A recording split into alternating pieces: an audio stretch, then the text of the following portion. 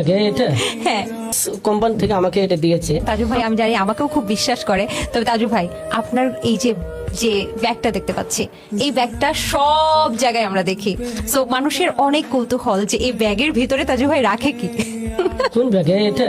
হ্যাঁ এটা আসলে এই এটা কি একটু দেখাবেন আমাদের দর্শকদেরকে একটু দেখান না? ভাইরাল হওয়ার পরে এই ব্যাগটা হচ্ছে সেই ভাইরাল ব্যাগ। আমি ভাইরাল হওয়ার পরে আর কি আমাকে লুকাস কোম্পানি থেকে আমাকে এটা দিয়েছে। আচ্ছা যে এই ফিতেটা এখন সবসময় ভিডিও করলে এটা থাকে সামনে, যেখানে যায় ওখানে মানুষ চিনতে পারে। এবং এটা মনে হয় যে আমাদের বাংলাদেশে এআই বলে না সেটাই বলে, সেটাও ছাড় দিলে এটা এই লোগোটা বাংলাদেশের স্মৃতি হিসেবে মনে হয় রেখে গেছে।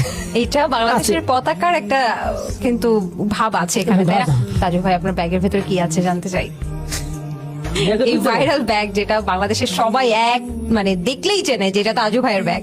তো এই ব্যাগের ভেতরে তাজু ভাই কি নিয়ে ঘোরে? এই ঝোলের ভেতরে আছেটা কি? এই ব্যাগের ভিতরে আমরা একটু দেখতে পারি ভিতরে কি অবশ্যই। আছে? প্রশ্নটা অনেক কঠিন, যেরকম সহজ ওইরকম।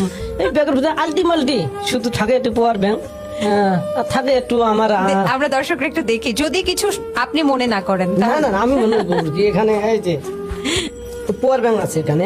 কি পাওয়ার ব্যাংক? পাওয়ার ব্যাংক, হ্যাঁ হ্যাঁ পাওয়ার ব্যাংক। আর কি আছে? এটা আর কিছু নেই? আর আছে এটা একজন গিফট দিছে আমাকে।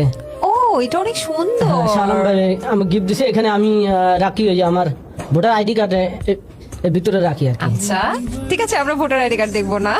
এই আইডি কার্ড। আচ্ছা আচ্ছা ঠিক আছে ঠিক আছে, আমরা পার্সোনাল ইনফরমেশন দেখবো না।